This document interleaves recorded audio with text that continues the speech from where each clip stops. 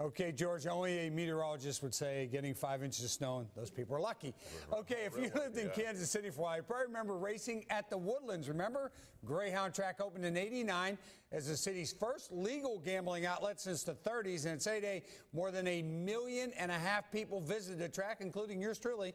The Woodlands shut its gates in 2008. I can't believe it has been that long.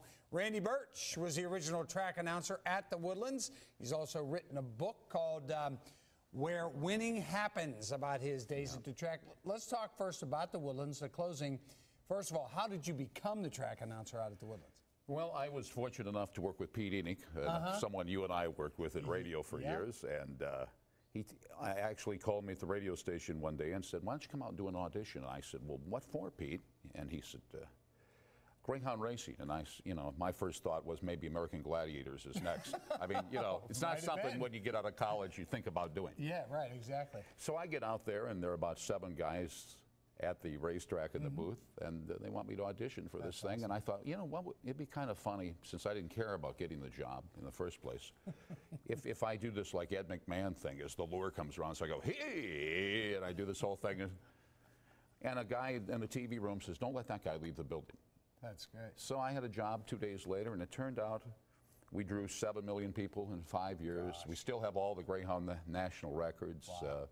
$1.4 million was bet on one matinee, and it was just wonderful. One of my original players started this. Right, let's talk about the book first. You wrote the book, and then we'll talk about your new venture. Yeah, I wrote the book when the Woodlands was taxed out of business by the state of Kansas. What happened was voters in 2007 approved slot machines.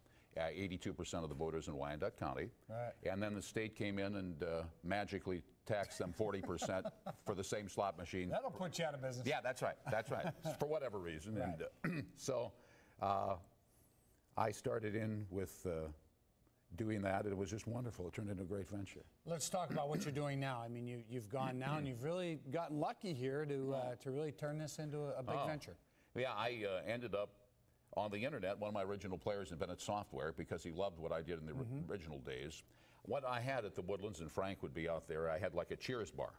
If I knew you were there, you were my target. Sure. And I started talking about you, and I mixed your personality in with everybody else. So Jimmy Smith, one of my original players, invented BigJackpotBetting.com, and our slogan is "Where Winning Happens." And what it is an interactive chat room where people are typing to me. I'm talking to them on Skype.